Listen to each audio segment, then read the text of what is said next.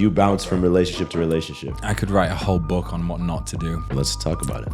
Let's talk a little bit about business. We kind of literally winged our way to 7 figures. If you were starting back from zero today, what would you be focused on? The opportunities are endless, but you've just got to get busy. I'd rather not get rich quick ever. Because you're not going to find your passion like this. It's usually you just do something over and over again until you get good at it. I've failed these 8 paths. Okay, let's try the 9th path. And eventually you get to a path that works. I've grown up with like my mom, my 2 sisters, and I always wanted to find the right person, but I was just kept looking in the wrong places. So what's been different about Emma? All right. Joss Mooney, welcome, bro. Thank you for having me, bro. But I always, because in America, we don't have Joss. So I always first think of like, it's Josh Mooney, but it's not Josh Mooney. I'm going to tell you something right now. This is actually classified information. That's not my name. It's not your name? That's not my name. It's like a pen name? No, I'm christened Joseph. Yeah. You're Christian Joseph. Christened. So when you're a kid, you're christened a certain name, right?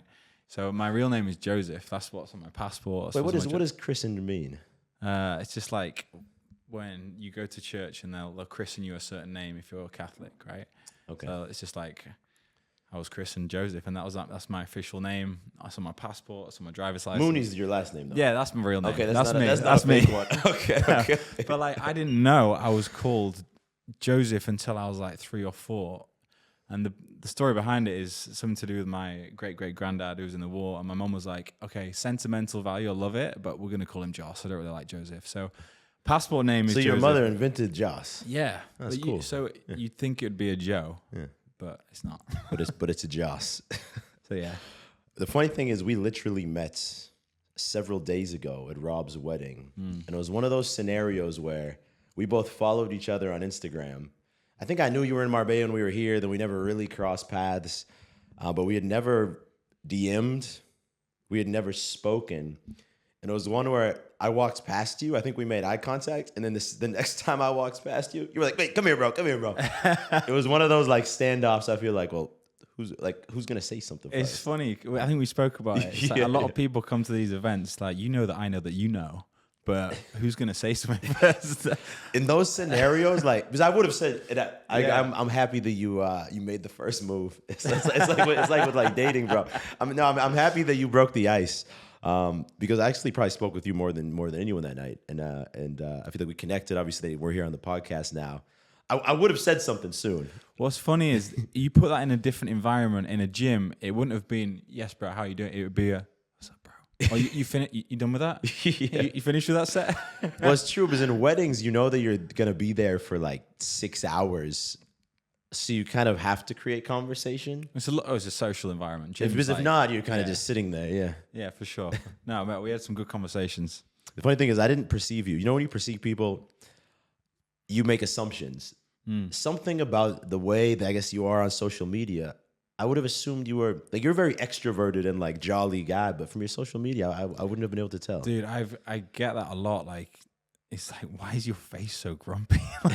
I've got this like resting bitch face, I guess, on my social media, or like, because from photos, and you only post what you want people to see, right?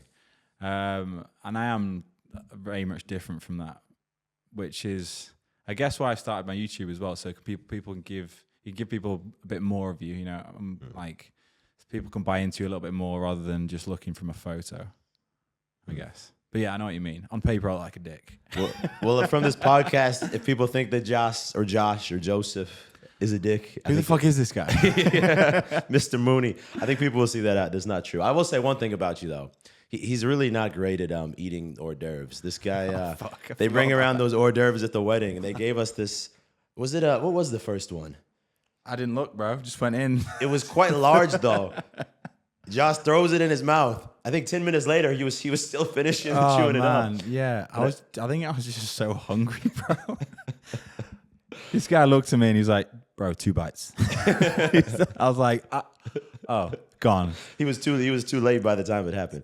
That was kind of like the first inside joke, which is, I feel like whenever you meet someone new, developing a couple of those like inside jokes is crucial. I feel like that helps like make it a You're more welcome. Like, personal relationship. So from now on, whenever I'm with Josh and he's eating anything, I'm gonna remind him how many bites it takes. Yeah. 2 bites, 3 bites. Just stop using your hands. Just that. I think it's funny because like you're meant to be on your best behavior at a wedding with your manners, and I'm just there, just like, I mean, the word to be grabbed with your hands and stuff, but like, I just didn't think anyone was watching me. You were like, what the fuck was it? What is this guy? He's an animal. I saw it developing. Give me one second. I just want to make sure this camera's. I get all. Let's record it, right? Yeah, we're good. We're perfect. All right, cool. All right, I'll cut that out. It's just I sit here and in my head I'm like, did I hit record on that one? Did I hit record? Is there a light? There's no light on that one now. No, that's why I like the newer Sonys. They have the lights on it. All right, cool. But let's continue. So I think we have very different paths into. I don't know about you, but I hate being called like influencer. But I think we both have very different paths into social media. Yeah. Because you were on a TV show, if I'm correct, The Challenge, yes?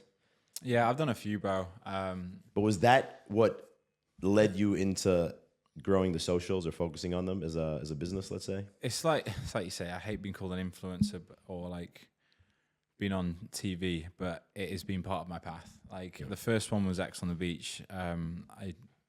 Looking back, I regret it, but like I can't regret it because it opened a lot of doors at the time. It wasn't even like Instagram days then; it was Twitter. Like my Twitter would just blow up. And these were like UK-based reality shows, essentially. UK-based. That was a disaster. You just chucked into a house with a load of people that you don't know. A load of ex-girlfriends and a load of people you don't know, and then you'd be sent on dates with other people's ex-girlfriends. So it was you and actually one of your ex-girlfriends? I had five ex-girlfriends. Oh, so they would like they. How did they find you if that was before social media? It was on like Facebook days. They do their research, bro. I purposely didn't mention certain people because then on these girls in the house, and they lied to me because it was the first ever one. They said it was called Summer of Love. They was like, Josh, do you want to go away in a villa with loads of girls? And I was like 23. I was like, of course, yeah. Why not? Yeah. And I rocked up, and it was just a really awkward environment. But like going back to it, like that path that I went on, I was kind of lost at the time. I had no one to tell me what to do. I was basically PTing, you know. I was like, fuck it. Why not? And it was the same later on when I went on the challenge. That opened up a lot more doors. A lot of my audience is American. And yes, it might not be too relative to what I do now with the coaching and mentoring and all that kind of stuff, but it's still eyeballs on your business, right? So you can leverage some of it. Well, I imagine it also was like a large catalyst for growing confidence in yourself, having to be like put in that environment. For sure, bro. Like I remember my first day when I went into that villa, and there was like Big Brother cameras. There would be mics if you're doing an actual scene and you've got your mics on you. I was like, bro, I can't even fart. Like everyone's gonna hear it, you know. Like it's so invasive. But then they obviously like do things like feed you alcohol to like numb the process, I guess. But yeah, you 100% correct. Like it built a lot of charisma and confidence, which is probably why I'm just good in social areas, you know. So I can't. There's things like you can regret, but I can't knock it because it's part of my journey, I guess. Yeah. No, I think anything can be, because I have other people I know who've gone on shows like this in the U.S. recently. And I'm thinking of one guy in particular. And at first, and he's quite young also. He might even have been 20, 21. And at first, he had already been putting in work growing his socials. And at first, after he got off the show, I got a bit worried for him because he went down this path where he was only, I think, trying to capitalize on like the drama and the viewers from the show. And I imagine a lot of people go down that path, but that would have to have a shelf life, right? You need to like take the momentum that you have from that. And luckily he's pivoted now, and I'm like, thank God, bro. But I imagine you have to pivot and use it just as momentum to do your own thing, because you can't always be Josh from the X on the Beach. Yeah, I 100% wanted to step away from that, like after the shows, but like some of these shows nowadays, you know, like you've got your Love Island in the UK. If you go on that and you hit like you're in the top 5, you're guaranteed to be pretty much set up for life with sponsorships and businesses you can build off the back of it like that. But a lot of people will go onto these shows now and you think you're instantly going to make it. They'll go on for 2 weeks, and then what happens is it can be quite negative. They can either get backlash from the show, or they've got this mentality that they're too good to go back to what they were doing before, so they don't go back to their bread and butter. And that was something I was always willing to do. That was the thing I can pat myself on the back for. I'd go back to PT, and I wasn't ashamed to do it. Okay, so you didn't get swept away in like I'm a celebrity now and like people should always follow me because I was once on this show. Because I think that's the mindset that for a second I was seeing this friend of mine slip into. Well, I don't know if he's a friend, but this acquaintance of mine slip into, and yeah, it was quite worrisome. It's a dangerous like realm to get involved in because like it's very showy, you know. And what also happens, because I deal with a lot of influencers or people with big followings now with the agency, but like what happens is they're so used to getting things for free that they don't have any delayed gratification to put in the work long term, and that can have a real negative effect with your work ethic for sure. Or in a lot of areas of your life, actually. Well, that's something else that I've noticed as I've matured. I would say we'll just use the word influencer because it's easier than it's like when people are like, oh, alpha male or high value male, and there's all these terms that you start to like not like, but they're also effective because they illustrate a lot of you know what one is. Yeah, exactly. Yeah. You know what an influencer is. Yeah. I think when I first started getting traction, my mindset was like, how much stuff can I get for free? And then you start to help other people build their businesses instead of building your own. Because then I would start to reach out to brands, or when we were about to travel, I'd be wanting to like, and I might spend a week before we travel somewhere reaching out to hotels and DMing them. And yes, maybe I saved a couple grand and it felt really good. But at some point I realized, okay, there's like a hidden cost here that if I was just put the 4 hours that I put into that into what I'm doing, wow, maybe I wouldn't make 2,000 exactly from those 4 hours, but over time it compounds and I'll make a lot more than that. That's so true. I had a good conversation with Mike about this, and he was a prime example of someone who didn't give himself to anyone. He's very exclusive and made his own TV program with YouTube, right? Same with yourself. And the compounding effect over the years of that, I mean, you can do what the fuck you want now, basically, you know? But like, there's parts of even my journey where I was working for the people, I was doing modeling or whatever it was, rather than working on things for me. Because when you're working for someone else, like you could get dumped at any point, you know what I mean? So there's no long-term goal with that really. And that's the dangerous thing. It's short-term gratification, isn't it? You're going to get paid for doing this or getting some free clothes or whatever it is, but it's not going to last. That's always the danger. Yeah, I think everyone like, okay, we were at the wedding. Mike Thurston was there, Mariah was there, Rob was there, Christian Guzman was there. I'm probably missing someone, but all of these guys, they're all people. All of us have been in this game for like going on 10 years now, and I think that's for any younger influencers watching, or people that want to go down that path. Just guys or girls. You know what I mean, I think the common denominator between everyone is you've found what you want to do and you've stuck at it for long enough, regardless of whether you've had like, you know, constant wins. You're gonna have peaks and troughs. It continues, especially with social media is brutal, and you'll continue to have peaks and troughs. Yeah, but that's why the goal should be not like the end process, because the goalpost is always going to move. It should be to enjoy your daily activity in the journey, you know, because.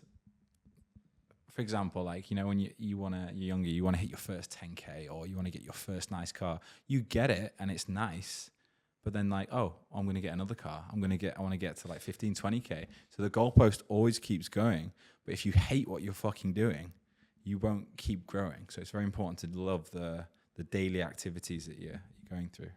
Yeah. It's funny for me because once I've experienced those big wins, it's almost been at a point where rather than it being like, yes, you know, I got the Audi or the Porsche, it's almost at a point where like, it's fucking about time, man. Like, you know, because once you've been doing it for so long, it's like, it doesn't even feel like this big win. It's like, fucking, man, it's been like 8 years. It's about time this shit happens. But I think that's what I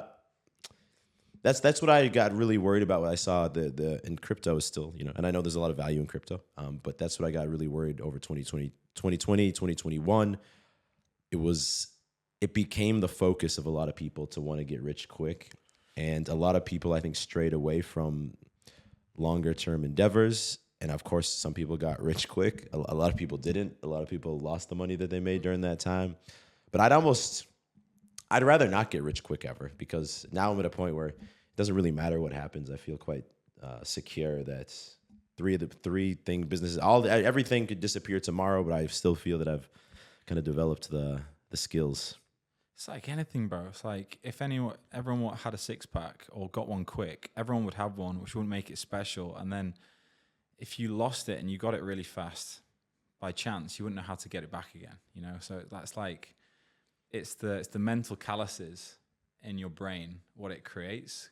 So if you worked so hard to get somewhere, you failed so many times, so you already know what doesn't work the next time if you lost it all and had to go again. Yeah, I think that's a good way of looking at it. It's almost nice to get to success because it's like, well, I've failed these 8 paths. Okay, let's try the 9th path. And eventually you get to a path that works if you don't make the mistake of like just trying the same thing over and over. Yeah. I think you had an additional benefit, but also challenge at the same time that I didn't have. Because I know you mentioned to me at the wedding that at first your following was all like young women. And when I was getting started, I like wished that my following was all young women. And I was making these videos, you know, approaching girls or whatnot. And I have 97% male following. It's been there since the beginning. And when I was like 27 years old, even 28 years old, still single, I was like, fuck, man. Like, I wish I had a bunch of women following me because then I could just leverage that to date a bunch of hot girls. Like, I'd see like some of my friends, I'd be working out. Like, I remember one time I worked out with Brandon Harding because he was living in Boston actually at the same time as me. And he was showing me all these DMs he was getting. And I was like, fuck, I just got dudes following me. But at the time, you're like, every young guy, you're like, I remember those days. You'd compare like the percentage. Like one of your friends would have more. And you're like, man, what am I doing wrong? But like, that's the thing. You're not doing anything wrong. You're doing it right, really. Because like, if you're constantly trying to chase chicks when you're younger, or even vice versa, if you're a girl trying to just chase guys, you're going to find yourself a point where like you're just going to be a bit lost, you know, where as if you're looking after you're grinding every day, you're going to have people running after you, like facts. And like that's a better place to be in. Yeah. So, but for you, what did you do to, if that was naturally your following, did you make a conscious, and I imagine you probably still have a higher percentage of girls following you than I do now, just from that origin. But did you make a conscious decision to change the content to attract more men? And for you listening, the reason it's more beneficial just to have a straight male following is now it's very simple for me to release products or services that are valuable to men in their 20s and 30s, because that's who follows me. And then it just makes a business and marketing, and also makes the content a lot easier because I know who I'm talking to. Exactly. But yeah, so to get around that, because I was giving followers from TV shows, right? And all these young kids or girls, whatever, they'd watch from home. But what I was always doing was going back to fitness in between any show that I was doing. So they'd see that, you know, there'd be a lot of, obviously, like me working out, a couple of thirst traps here and there. They were still in there, yeah. They're still in there, yeah. But then I'd always just been consistent with it. The entire time I was doing fitness. And this is something like I didn't even know it was going to be my passion. I was going to go into it career-wise. I was always just training. And I was actually looking for other avenues of what I should go into. I went to like university to do like estate management, and obviously that flopped hugely. Like, did you finish university? No, I dropped out. I've always been really, really bad at working for anyone else. I've walked out of jobs, got fired multiple times, and I know why. It's because I knew exactly what I didn't want, you know. But I wasn't sure, and I think a lot of young lads are very unsure of what they want to do. You know, and it's a hard thing to do because you're not going to find your passion like this. It's usually you just do something over and over again until you get good at it. Then it kind of becomes your passion. Yeah, I think it's the same way of failing at these 8 things and the 9th thing works. For me, I think a lot of it was maybe the first 4 things that I thought were my passion or might be my passion weren't. But until I did them for 3 months or 6 months, I didn't really know. I used to write like a written blog back in 2017 or 2016, and people don't do that so much anymore. But and I kind of enjoyed writing, but then I started seeing YouTube was growing, and I was like, I think that's really what I want to be doing. But it's not like that time was lost. If anything, it taught me how to communicate a little bit more clearly, and then I was able to pivot to. It wasn't even straight to YouTube. I actually tried a podcast back then that I didn't stick with.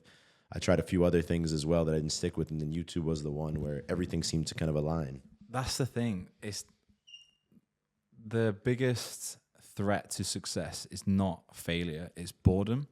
So like, if you carried on doing your blogs, I guarantee they'd be fucking huge now, you know? But obviously, Maybe. but YouTube, yeah, but no, it would. Like, your YouTube's huge. It's simply because you've just been consistent. I've been excited about it, is what you're saying, right? It's tough to get big doing something that you're not excited Yeah, about. but you've got to go through those boring stages to get to the success. Like, I had a clothing brand, bro. I did it have for like 2 years, but I made zero off it. Any money you came in, I just pump it straight back in. And I got to a point I didn't understand ads or anything like this at this point, and I just let it slide. And now knowing what I know, I was like, oh, should I have just pushed a little bit harder? But here we are. So you have a long-term relationship now, right? Yeah. About a year or so. Yeah. Before that, Nice twitching. What's the caffeine, bro? yeah, this man had like 7 double espressos before he came over. Yeah. I have no caffeine. I'm waiting to have a word. We'll have another one. We got a strong pre-workout here if you want to have it. I'm gonna have one right after we finish this. Okay. Maybe even halfway through, I gotta grab it. But before that, were you single for quite some time, or do you bounce from relationship to relationship? I could write a whole book on what not to do. Well, let's talk about it.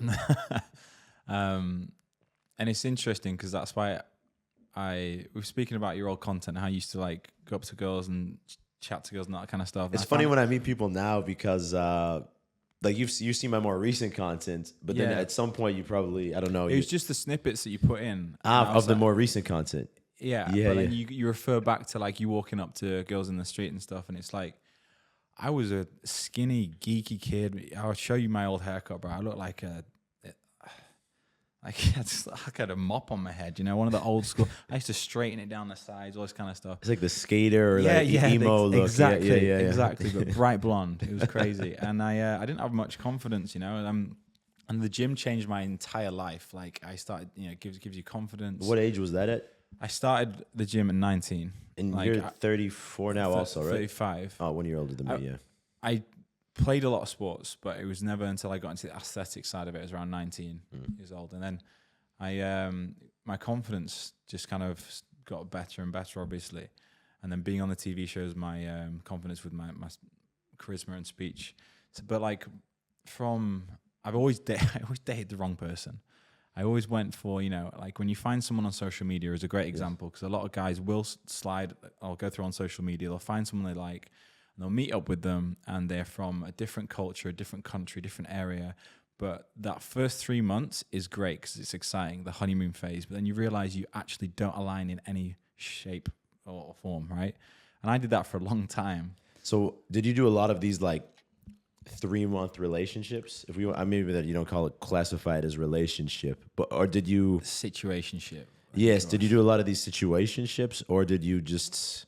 Because I imagine you could have also just leveraged like date here, don't really see them again, date here. Yeah, I mean, I came and did a few seasons here when I was younger, and that was like, just being a guy, just trying to like just meet as many girls as possible. But then as I grew up, I would try and I'm always a sucker for being like a romantic, right? And I've grown up with like my mom, my 2 sisters, and like I always wanted to find the right person, but I was just kept looking in the wrong places. So these things would last for like 3 to 6 months, and I'd try and make it work regardless if the person wasn't right for me or they might have been nasty or whatever it is, right? But I'd always try and make it work. And the one even before Emma was like, that was dragged on for like 2 years, simply because I always try and see the good in people. And it's probably one of my biggest traits, actually, because it can be detrimental sometimes, It's like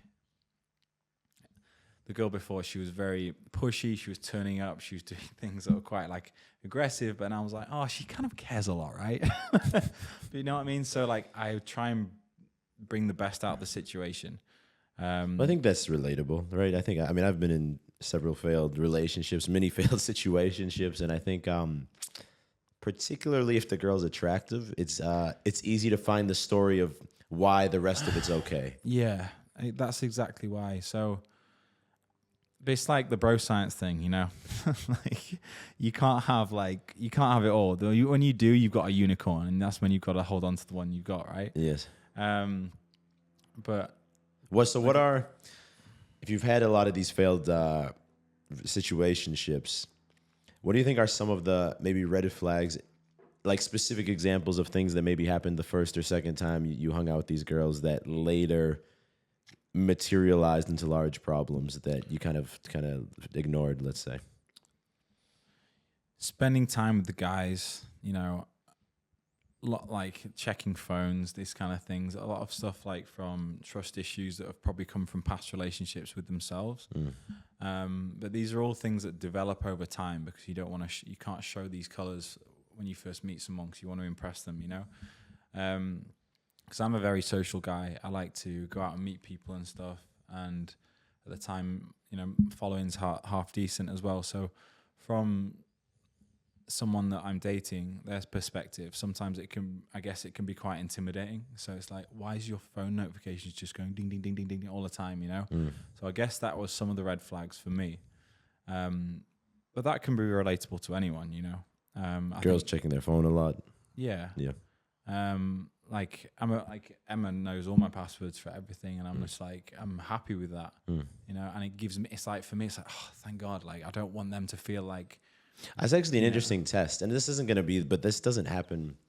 I guess you would probably need to have been with the girl maybe 6 months before that, like, it fully makes sense. Yeah. But very quickly, also, I think with myself and Julia, once we committed to dating each other, if she needed to go through my phone to find a text or to open up some app that needs to be used, or I need to go through hers, yeah, it's always been quite comfortable. And I'm shocked that I guess for a lot of relationships, that's not the case. And there's still, like, if after 6, and I understand the first couple of weeks or months, it seems maybe it just seems a bit odd. Like, we haven't progressed to that point yet.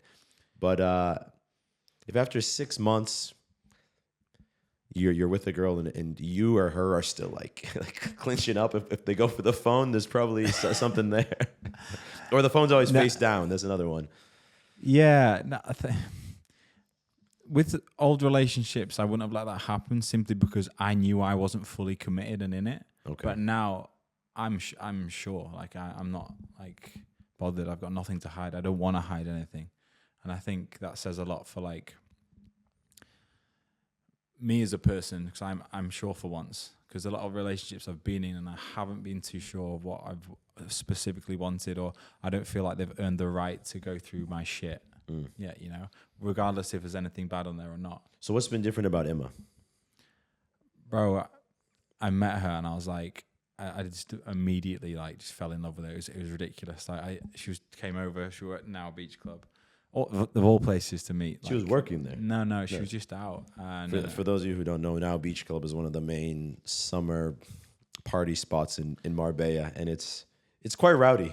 It's not where you find girlfriends. It's not where you think you meet your wife. Yeah, or your girlfriend. Yeah. And I just nudged my friend who knew it. I was like, "What's her name?" And he introduced me straight away. But aside from her looks, because she's attractive, but aside from that, what made her different?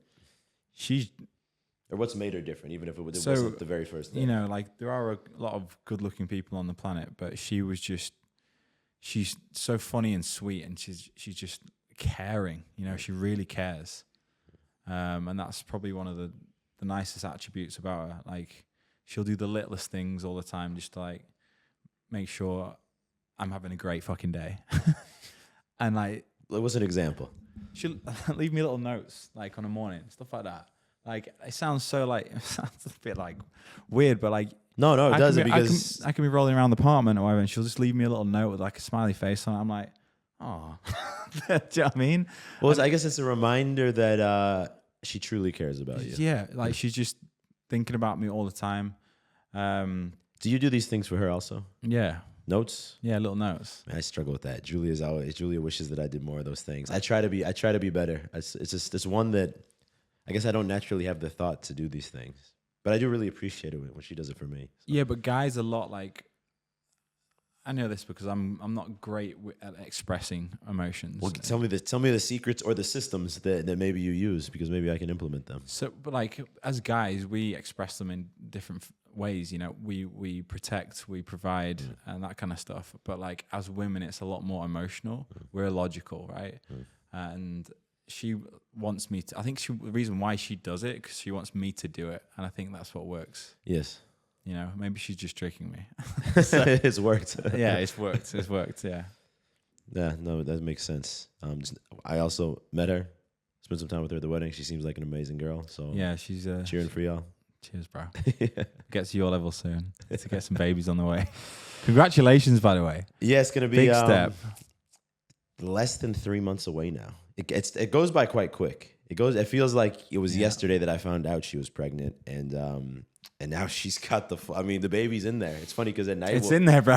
like last night we're laying here watching a movie, and at times it just starts kicking, and it's to the point now that if you like Julia like shines her like phone light on it, and you can see the surface. Like you can't. I've seen these videos or photos where you can actually see like the imprint of the foot coming through the belly. No way. I haven't seen that yet, but you can see like they'll just start like pounding one part of her belly. Let me out. yeah, I imagine. I imagine that's what she's doing. How you feeling about it? It's gonna be a change that I'm not ready for, but at the same time, there's like this built-in 9 months of mental preparation. You know what I mean? It's not like it just like hits you. Like you find out, and even for like 3 months, your girl's not really even like showing. Nothing's quite different. I mean, emotionally, maybe she feels a bit sick. I guess that is, the first trimester was tough for like her, like being nauseous and things like that. It had been more emotional, but I think because I have these like built-in 9 months of preparation that I'm ready for it. It also feels like the time was right. It wasn't an accident. We were intentionally trying to do it. So I'm still not prepared though, that being said. From speaking to a lot of my friends who have kids, I think that first 9 months is the biggest, like you're overthinking everything. But once you've had a child, it's like, right, let's go again. Like because you just love the process so much, right? Yeah. So, and I don't think anyone can be ready. You've just got to, it is what it is. It's like anything in life. The first YouTube video uploaded, I didn't feel ready. I was like, man, this shit sucks. I look cringy as hell. Like this doesn't make the first business that I wanted to create, and like the first clothing that we dropped for my brand Edge. Same thing, right? I feel like it's any step in life. A baby may be a bit different, but nah, you'll be good, bro. You'll be a good dad. I'm hoping so. So this man's got the full leg tattoo over here. Yeah, I'm pretty covered. I've got legs. We had this conversation, didn't we? Yeah, and I'm still impressed because I have the full sleeve. But when I was talking to him, and I'm looking right now, man, the tattoo looks so sick. But I just can't get past what I told you at the wedding is true, that if I got a leg tattoo, I would probably shave off like 5 years of my life, just the extra time that I'd have to be shaving my legs every week. But see, your legs are freshly shaved, I can tell. And it's funny. It's funny to speak it, but when you have tattoos, if you don't keep it trimmed, the tattoo starts to look a bit covered up and like an old man or something. Like I don't feel like I'm an old man if I let the hair start to grow out. It looks faded, but then you notice, like, I'm sure anyone who has tattoos who's watching this, you probably understand. But like, we had the conversations like one arm was shaved and then one arm was hairy, and I was like, yeah, I had to do that with one arm and one leg for ages. But now I'm just like, I'm like a dolphin now. I just like veet or like shave everything. But it probably still takes you like a half hour or an hour. It's a weird process, bro, if you think about it. Like, if you think about it for a dude to do that, yeah. Yeah, I know, because we're kind of like masculine guys, and you kind of think about us in there shaving our bodies. Like, it doesn't match up. But, I used to do the same thing. I'd only shave this arm. And it's funny because Christian Guzman was there, but they sponsored me for Alpha Elite. Yeah. I showed up for the first shoot or the second shoot, and Christian looks and he says, wait, it's a bit odd that you haven't shaved that arm, but you shaved that arm. You're off balance. Yeah. And after that, I was like, fuck. Motherfucker. I got to start shaving this arm now. Are you going to get more? Because of the time shaving myself, I don't think I will, to be honest. I like this look. I would do how you have it, man. I'd do the opposite leg if I didn't have to shave it. But as you see, I got quite hairy legs too, so it would take some time. Tattoos are a funny one. I remember like how gradual I've done mine, but every time I get a new one, I'd be like, I've just leveled up. How badass did it feel when you had the first one? Not great. It's like it's the process. So I've got right. Life's not about waiting for the storm to pass, about learning to dance in the rain. I love that quote. So I got "Dance in the Rain" in Spanish on my chest, in a place called Norwich in By England. Loud and La Lluvia. Yeah, but it's wrong, bro. What's it say? The grammar's wrong. It says that, but like the grammar's wrong. Yeah. And I was in Ibiza in my early 20s. I'm in a restaurant and this Spanish waitress comes up to me and she just like one of these faces. I'm like, what? She's like, the grammar's off. I was like, do you get it though? She's like, yeah, okay. I was like, well, that's it. That's all you need to know. So, Well, at least you're not Spanish. no. If I had one that was incorrect Spanish, I'd feel real dumb. But yeah, no, that was the first one. But like, I think they're very when you get as many as this now, like it all kind of blends into one, you know. I remember when I first had, it wasn't even the sleeve. It was like just the first part of the sleeve up here. And the first time I like brought a girl back in the bedroom, I was just like, oh, like she's gonna be so into this right now. Check this out. Yeah. It's pretty cringy to think about it, but I thought like, man, she's gonna think this is like the sexiest thing ever. Yeah, I think I love tattoos, bro. Certain people who just like, so Mike doesn't have any at all, and I think he'd look strange with them. You just need them. You just got It's full of interesting. muscles. Yeah. Well, I will say, I don't know if you notice, if I'm filming, a lot of times I'll film the non-tattoo side in the gym because the tattoo side, you don't really see the definition. Yeah. This is true. This is true. Yeah, because that was my better leg. It was my better quad, and that's why I covered this one up. That was one of the reasons, actually. So stupid. Things we do. The things we do. So let's talk a little bit about business. So right now, what's your main business? So we've got Apex Agency, which is where we help coaches scale their businesses. From like you can get off the gym floor to the first 10K up to like 6 figures. We provide a service which is basically a time solution, where we give a customized but automated platform, giving you all your time back, so we can help you manage ads, email marketing, content strategies, all this kind of stuff. So that's the main one. But then obviously so how I got into that is I did online coaching I've done it for many, many years. And the software company who we're in partnership now, I was using their software, but then obviously I met my business partner. I think I told you a little bit about this and went into the high ticket space. And those for those who don't know, like high ticket is just like a higher price. So we were doing like, it was $1,600 we were charging for high ticket. That was for like a 3 or 4 month program. And that blew up in our first year. We kind of literally winged our way to 7 figures. And then we were just like, we fucking got something here, you know? So we need to, nail down like the systems. And then the software company was like, why have you stepped away from what you're doing with your low ticket? So then we had the conversation with the CEO to do high ticket and low ticket together with their platform, which is now Apex Agency, essentially. So that's kind of the journey of how it works. But before that, I was a PT on a gym floor, as you know.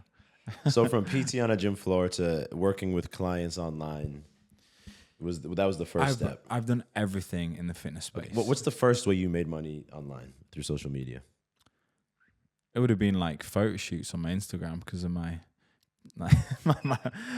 audience, bro. That would have been why. But like, okay, so let's say aside from photo shoots right. and aside from brand deals, also, what was the first way like you made your own money? In fitness, so I was PTing in the gym, and then I was basically at a point. I think a lot of people could probably resonate with this pain.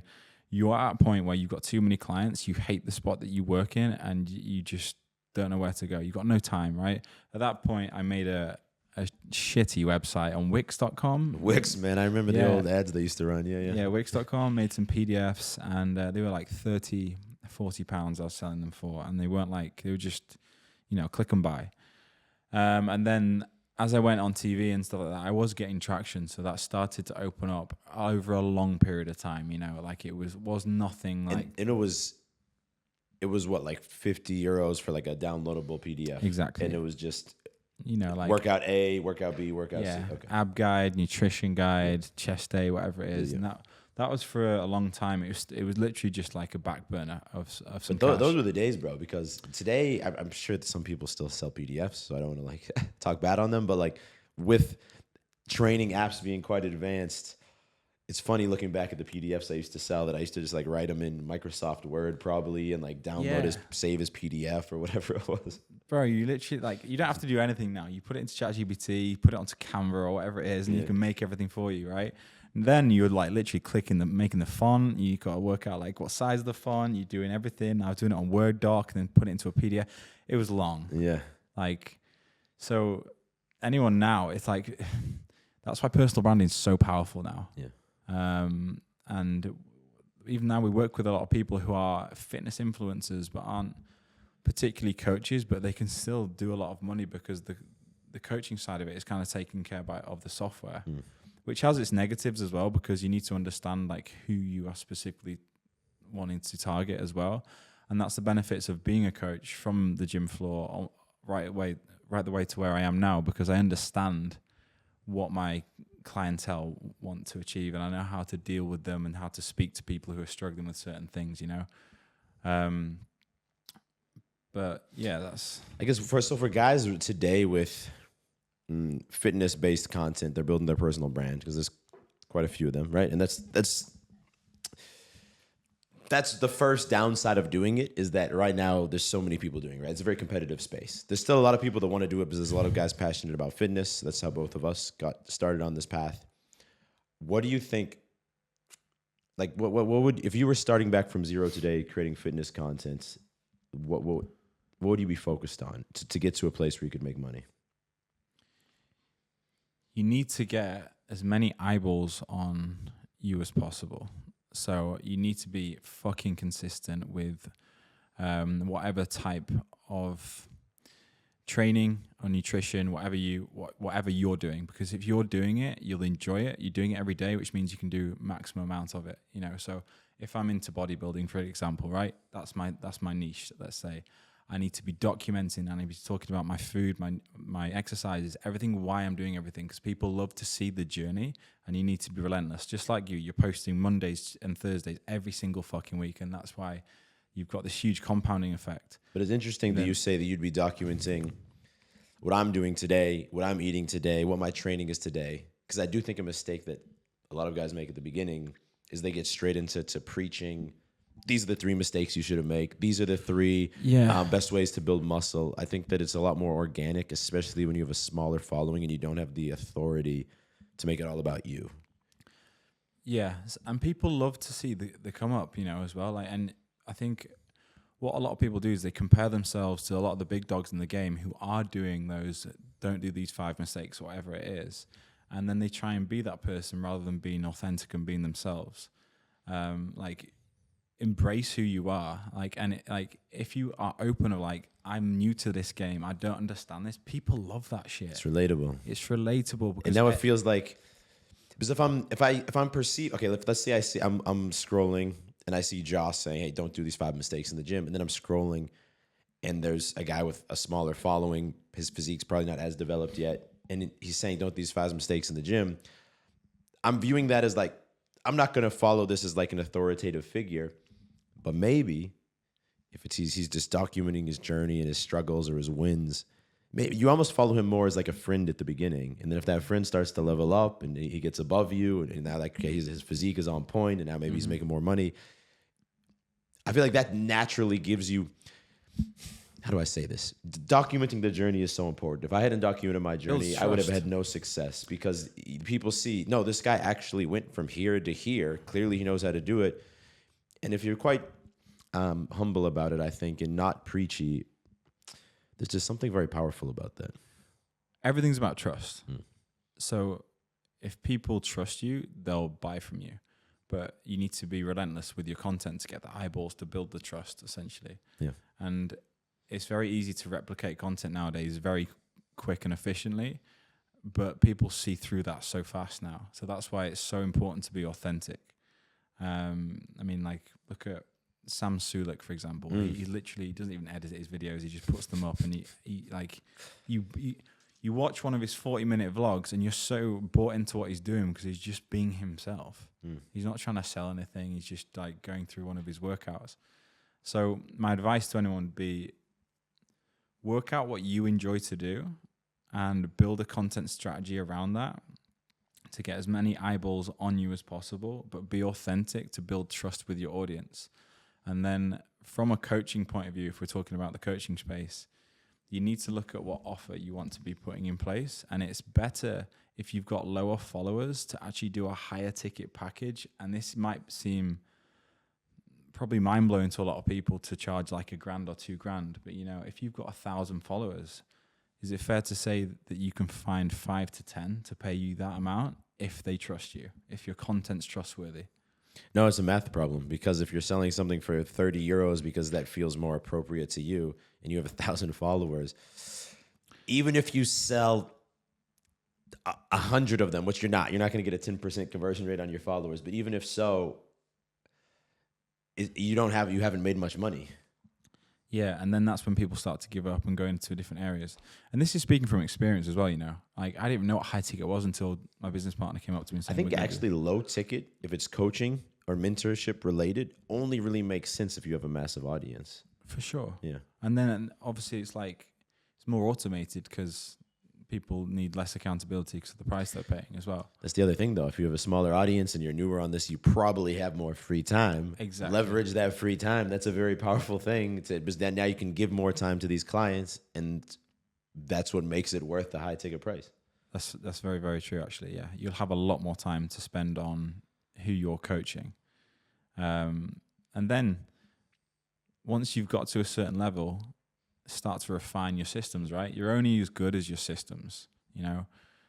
So then you can start scaling with, you can do ads, you could get referrals, affiliates, do different platforms. People don't underestimate, you know, people just focus on Instagram. A lot of people did. Yeah. Even I did for so long. But like, you know, if you're looking at TikTok, Instagram, YouTube, you can go on LinkedIn and find like your CEOs. If you can maximize across the board, the opportunities are endless, but you've just got to get fucking busy. It's like, sometimes I wish I had more hours in the day, you know? Yeah. I mean, I'm a YouTube purist, maybe you'd call it, but I just recommend everyone's, obviously I know you probably should keep up with Instagram, but even at first I said, fuck it, fuck Instagram, fuck Facebook, fuck, I just still don't do Twitter, but like, I just, fuck all these things. I'm only going to do YouTube. And that was ultimately what gave me any momentum at all. Because then I actually started making better videos. Because YouTube is, I know you're getting into it now. No, it's the GOAT, bro. It's the GOAT. Yeah. Because when people watch a long video, they're more bought in and invested. There's more trust. But it's also the most intimidating, because it's quite a bit more intimidating to make a high quality piece of long form content versus 60 seconds short. Granted, Sam Sulek, some people, I don't know if everyone can get away with that, but some people can just make these really natural, unedited videos, and that can also connect.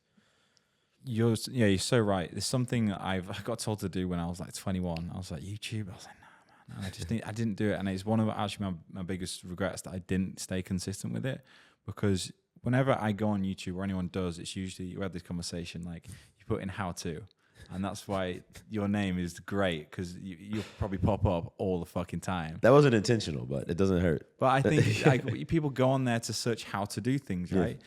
And then when you do watch a video, you're very invested, whether it's even like 10 or up to like 40 minutes. People really invest in you, the way you speak, your mannerisms, and whatever message you're trying to get over to them. So by the time they've ended the video, they've subscribed or they've bought into whatever you're providing, right? And then you can cut that down into all your short form content now as well very easily. So it's one of the best platforms to go into. And then if you're listening to this now, just fucking do it. Like, I started late. But you're also an example that you can make it work without YouTube, I guess. You know, to be fair, like you've leveraged Instagram, built Instagram. I know Twitter as well. But it's not a loyal audience, you know? Like, I feel like YouTube is like, it's like your cult, bro. You know, these people follow you. Yeah. Well, that's probably literally. Well, that's another interesting thing to think, is that 10,000 YouTube followers subscribers is worth a lot more than 10,000 Instagram followers. For sure. Yeah. And I think what a lot of people do get wrong is, like, you know, even if you break it down to 1,000, bro, imagine 1,000 people in a room. Imagine those people watching your videos every single week. Yeah. All put in a stadium, bro. Like, you got 1.6 million, is that right? Something like that. Yeah, bro. You could fill like this whole Marbella, right? Man, that's the thing about Marbella, bro. It's just, I used to say that, and I look back out, and it's paradise here, man. Yeah, it's paradise. It's beautiful. So you were living in Marbella. Well, actually, I'm gonna go one question on dating, because you had something that I didn't have. You had a period where you were able to leverage your socials to meet a lot of women. My socials only grew after I was in a relationship with Julia. And perhaps it's a blessing in disguise that I maybe haven't experienced that. And maybe it's like a temptation that you'll have to deal with that I didn't have to deal with. But I mean, at this point, not so much, but there were definitely times in the past where I felt like, maybe, you know, I messed up and I like committed to a girl too soon before I had this superpower of like clout and accessibility through Instagram. So is it something that do you think is it that, have you experienced it and now it's easy to move on from it? Or is it something that'll be a constant temptation because you know the power of what you can do? What do you mean? So using the socials for meeting women. Right. Meaning if I was single now, I imagine I would quickly and predictably be able to make connections with higher quality women than I had to maybe work harder to do beforehand. For sure. I mean, having big platforms nowadays can put you in rooms that, if you don't have them, can't, essentially, right? So it can put you in situations, and we live in a very materialistic world. So like, you know, if people saw the amount of followers that I had when they're like, so what's your Instagram? Sometimes I used to do it when I was younger, you know, when my following was going up, like, what's your Instagram? What's yours? And they'd follow it, like, they'd look, like, yeah. Do you know what I mean? So like, I used to use it as leverage. But so for sure it would help, but that only started to work because I was working on myself as a brand, you know? So don't go out with the intentions of building a following to get girls. Build a following to build you up as a brand. And then obviously it's going to help the situation. That would be my advice, because any guy who's just going out to get girls all the time, there's going to be a point where, you know, they're going to meet someone else who is fucking focused on their brand and they might leave you for him. That makes sense. But having that following now, do you think it makes it more difficult for you to stay committed to a long-term relationship because you know the power of what that allows you to do? No, because I've grown up a lot. I got a lot out of my system very early. When I was at university, it was just like a numbers game, you know? Like I'd go out 5 nights a week and I'd just be like... Okay, because I've experienced that level. I just didn't experience it with social media. Would you say that social media then allowed you to get much more attractive girls or not even so? Yes, because it makes... easier to put me in different places where those attractive girls are higher caliber girls, I guess.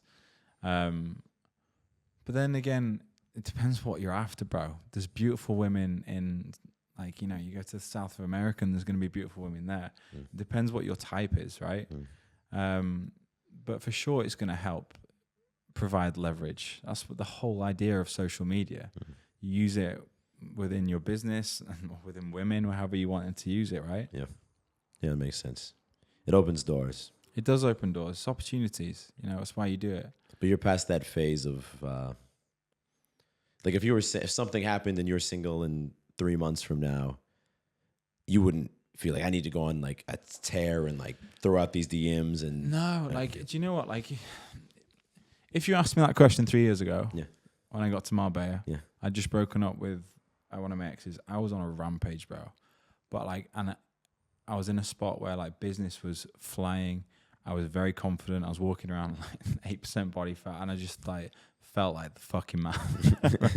And that time, that's the person. Like, I can't knock it because I was like, I was just going through that stage of my life. But I'm past him now. You know, I don't want that guy anymore. I don't want to be that guy, and I got it out of my system. But that wouldn't happen again.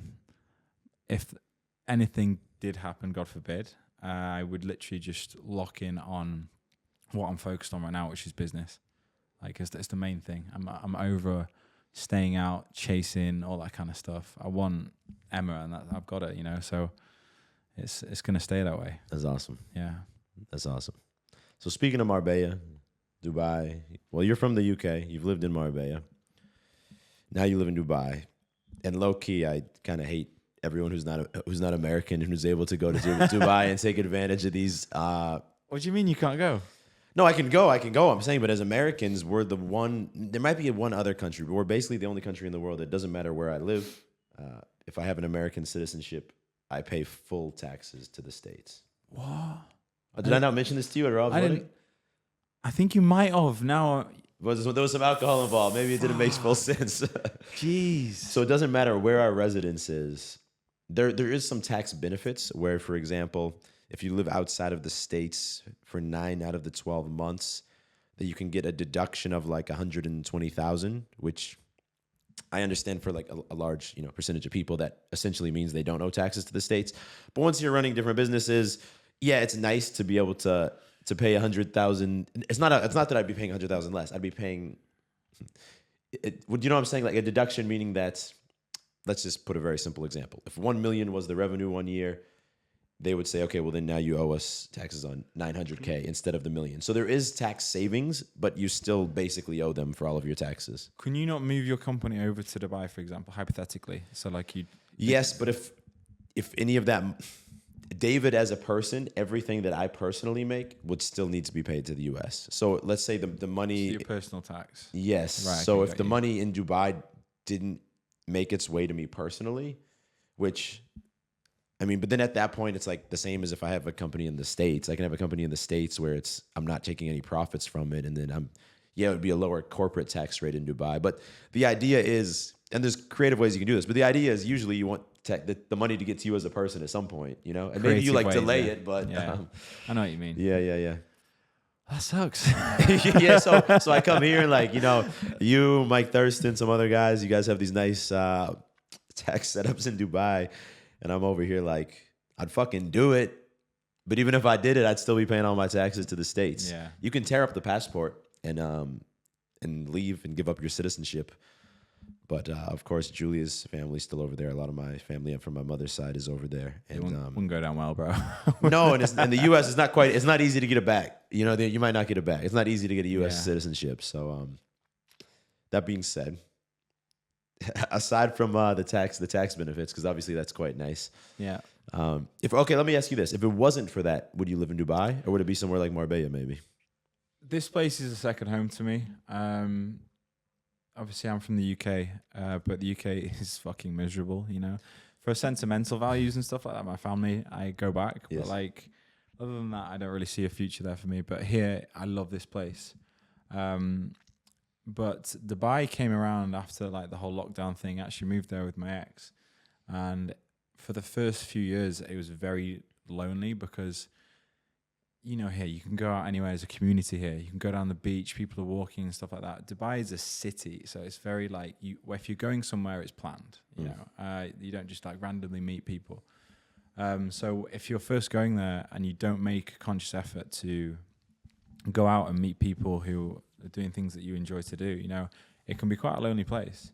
But home, as cliche as it is where the heart is, right? And after meeting Emma and moving there, the whole thing has just become like a breeze, and I've fully taken advantage of all the benefits that Dubai is, and it is a beautiful place. But if it wasn't, and I understand like you have a good setup there, the businesses are efficient, you and Emma are there are tax savings, but if there was no tax benefit to being there, oh right, okay. I know it's not a terrible place to live. I know it gets quite warm, but I know it's not a terrible place to live. That's a good question. If there wasn't, I'd be here for sure. Marbella? Yeah. Because it's close to home. The weather's like, if you guys could see this view, like it's beautiful. There's something about as soon as I step out of that airport in Malaga that I feel like my blood pressure drops like 20%. Oh, right. So good, isn't it? Yeah. It's a beautiful place. I can't really compare anywhere else to it. People say it's like the Miami of Europe, but Miami's a bit more hectic, I think. There's a lot more like... Miami's a lot more hectic. And it's also similar to Dubai where it's a city, and unless you're in like Brickell maybe, where a lot of people live now, it's not... That's the one thing that's so nice about Marbella is I could walk out and I could just wander around the next 2 hours by myself or with you or with Julia and really enjoy myself. Well, you can just dip into the sea there. I know you love it. You love it in the sea, don't you? So like, yeah, I feel bad, man. Josh had to wait for me. It wasn't too long, maybe like 5 minutes, but because we pushed it back a little bit, and I was like, oh, I got time to go jump in the sea. Yeah. And then I get lost. I'm over in the sea. I'm just floating around in there for a minute. Dolphining around, yeah. There's something just very wholesome, I feel like, about the life here. but I do feel a little bit less motivated to work here at the same time. Yeah, no, for sure. So I played a lot of rugby when I was my whole life, and beer's been a big part of my life. And so when I see a beer, when I see a beer, Emma knows me. I'm like, oh my god, look at it, that golden cup. I was like, well, then in Spain, I look right now. It's 12, p.m. I'm sure even an hour ago, if we walked down by the beach, there'd be a bunch of old Spanish men just crushing beer. Crushing beer is 10 a.m. I'm like, that could be me. But we were saying before, like, it's a place where you can look at it and you be like, you just want to live a simple life because the surroundings are so nice. It's true. Like material possessions and things like that seem a little bit less. When I'm in Texas, and that's one benefit for us versus living here is like, we got the big house, all the land, a couple fucking nice cars. And part of it, to be fair, is like because the life there is slightly more boring. So like, if I didn't have those things there, not that I would need them, but like I value them more there. If I had them here, I don't even know if I wouldn't value them as much because like I have the palm trees and the blue skies and the sea. Are you literally in the middle of like nowhere? Is it like an estate in the middle of nowhere? Is there anything around? You got a lake, right? I've seen you do the wakeboarding. Yeah. We're like 30 minutes from downtown, or 25 minutes without traffic from downtown Austin, and it's one of the fastest growing cities in the States. A lot of the people who left California came there. There's a lot of really cool venues. Joe Rogan has his comedy club there. There's a lot of nice restaurants and things. So we're a 25-minute drive from that, which is a very short drive in Texas. But Europeans are like 25 minutes. That's a hike. That's so funny, yeah. Yeah. In the US, like you do like from city to city could be like 17 hours. That's like you could drive the whole of the UK twice in that time. Like, yeah. People perceive space differently there. No, it's not like we have nothing going on, but it's for sure Marbella just has a little bit more excitement. And we could wander down to a nice restaurant later and run into 3 other people we know here, Yeah, it's community vibes. Yeah, it's nice. I think we'll retire here, or maybe even before retirement, transition to retiring. All right, I think we're both going to be. You're going to be in the water. I'll be on the beach with a beer. Perfect. Perfect. All day, yeah. All day, bro. Oh, man, those will be the days. All right, so speaking of the States, I'm curious a non-American's perspective. As you've probably heard, we have the election coming up. Bro, yeah, okay, so. Donald Trump. Do you know who he's running against? I don't want to, voice my opinion. I've been sent reels. Well, I'm curious. No, I mean, unless you don't want to, I'm just curious because it's interesting. I don't want to offend anyone. No, but look, you have a built-in excuse. Like, you don't live there, you don't pay that much attention. Yeah. So, like, from your perspective, well, first, do you know who he's running against? This brown-haired chick. Kamala, I don't know if it's Kamala or Kamala. Yeah, Kamala Harris. I am awful at politics. Yeah. The reason being, she's an Indian Jamaican. Yeah. And I've heard something the other day where she said she's going to give anyone who wants to become from a man to a woman or vice versa in California free surgery or something. It's going to be on the government, whatever it is. And I was just like, obviously that's a very touchy subject right now, right? But yeah, she's had some. Her and her like, in the States they have the president and the vice president. Mm-hmm. So it's her and she's with this guy Tim Walz, and he's very much been an advocate for these types of things, which I'm against. But I don't have any problem saying that. But I know, and I like. This is why I stay out of it because I'm happy in my world. Yes, I create what I like around me, and I feel like it's very. I know people are gonna say you need to vote and all this kind of stuff, but I'm happy doing my own thing, and sometimes ignorance is a bliss. Yes. Even with the UK stuff, like I keep up to date to it, like when it pops up. Yeah. But I don't go out of my way to get involved in kind of stuff because, some people are so involved in it because I don't feel like they're happy with their own lives, and then they have too much to say about it and get angry about everyone else rather than just try and be happy. Mm. If that makes sense, that could be a totally No, it does make sense, and especially being outside of the States, it makes more sense because the implications for you are maybe they're not zero, but they're essentially zero. Like if Trump wins or Kamala wins. I like Donald Trump from what I see of him. Yeah. And there's obviously some crazy stuff going on. People trying to shoot him and stuff like that. I've seen all that kind of stuff. Yeah. See all the memes of him and 50 Cent dropping. But yeah, so why do you ask? No, I'm just curious because like that is where people's focus in the States is right now. Because the look, we're the end of September. The election is November, so it's quite soon. If this Camilla wins, Yeah. how's that going to affect everything? Well, so because there's certain things that the president can directly, through like executive orders, they can directly change. But there'd be fears that taxes could be increased. Because her and the Democratic Party have argued for. They've even argued for something called an unrealized capital gains tax, which essentially means That's literally what it's called, unrealized. So which means if you held stocks and they went up in value this year and you did not trade them or cash them out, you would still pay tax on them in the month that even though you've realized no benefit from it, you would still have to pay. But there would be no benefit if they went down in value, you know? Yeah. See, this is one of the beautiful things about Dubai. I was having this conversation yesterday, actually. Like, there's no tax there because even in the UK, it's very high. Yes. And people go there, and because they've got this spare money, if they want to get private health, they can afford it because they're not paying tax. And like, it's very much, what's the word for these? Like when you're at home, for example, like there's so many people dependent on it now where they can't get out of the UK because they need to have the health benefits of what, the tax they're paying for. Whereas like when you go to somewhere like Dubai, it gives you more freedom to focus on you and growing you. If you do need help in doing anything, whether it's with your health or whatever, you can then afford it. So it's just a big system that keeps you fucking locked in. I agree. I tend to be in the U.S. they call it libertarian, which is just less government, less taxes, the government not getting involved in foreign wars. Just essentially a smaller government that interferes with things on a minimal level. There was a politician there, Ron Paul, who ran for president, like, I don't know, maybe 15 years ago now, who he has like a cult following from a lot of people, but I'm a big fan of him. The argument against that is that things like social programs to help, like, the very poor people or orphaned children or things like that. This is true. That being said, I think the government programs for these things are quite shit in most countries. They don't work that well. And there's an argument that if there was just maybe charitable private organizations that handle these things, people would argue, but that wouldn't happen. But there's an argument that libertarians would make that would then handle it in a more efficient, better way.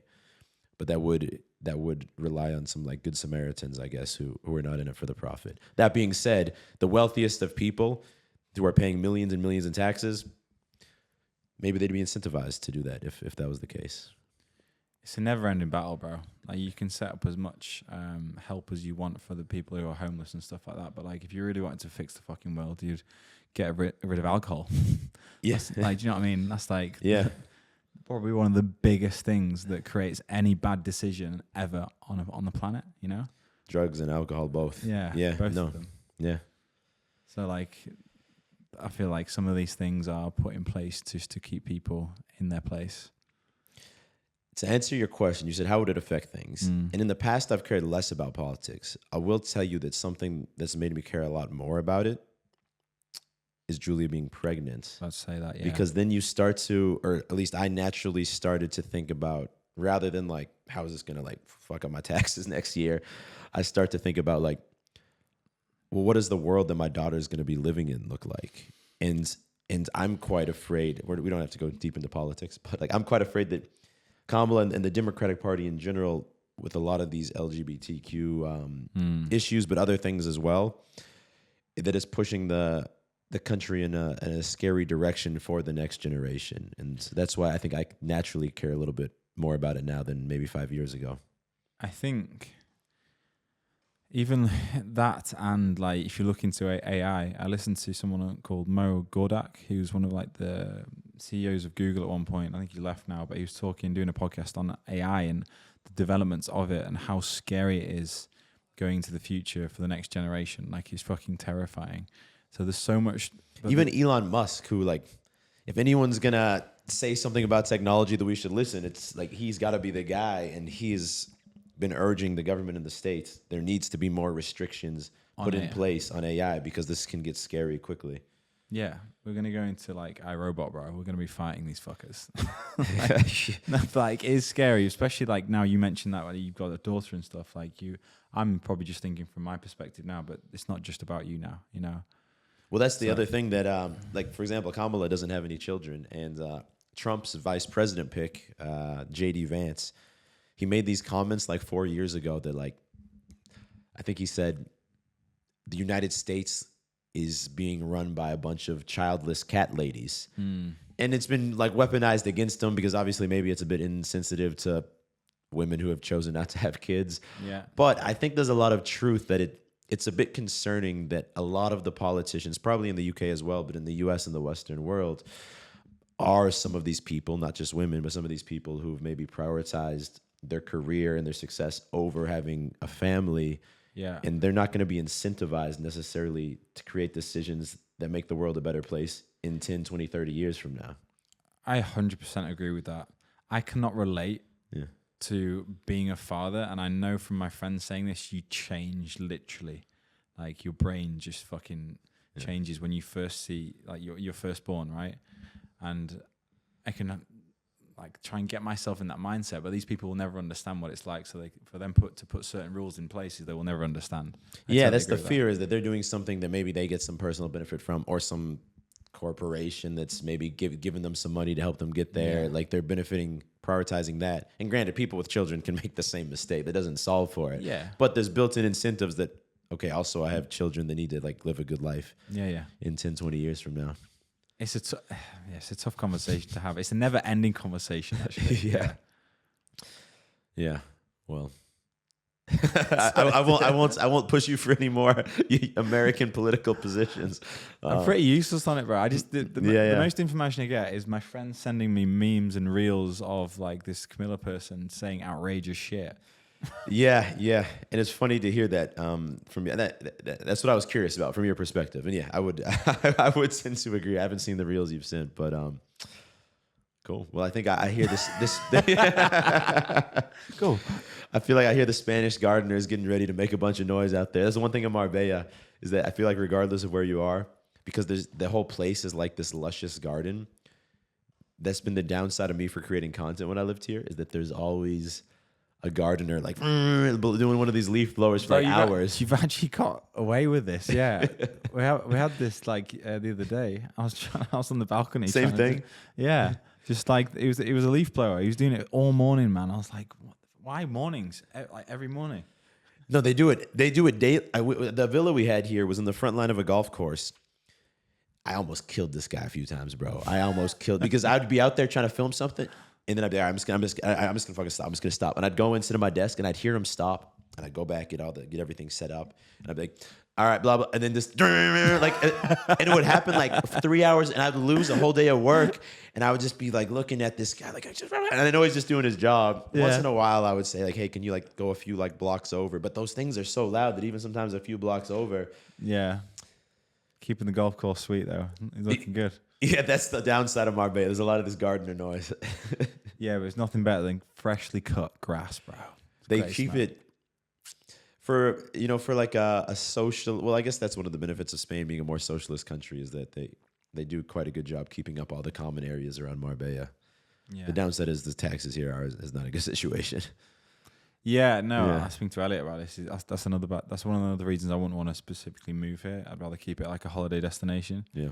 So I think the goal is to be Dubai here, back and forth. But that's why I think it's nice if I get to a place where I'm not personally earning that much money for however that gets set up from a corporate structure. Then I would love to be here. But otherwise, it seems, as you put it, there's creative ways to do that. Yes, there are.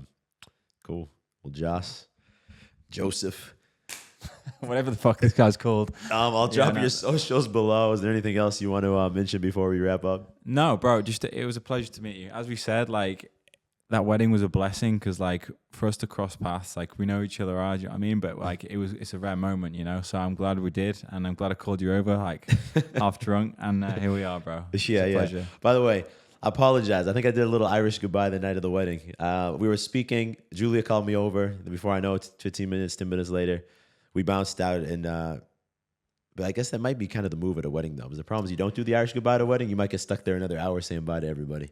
Yeah, I think that is the move. No one's really offended, bro. Like, People you are too drunk to remember. Yeah, at that point. me included. I didn't, you could have not told me that.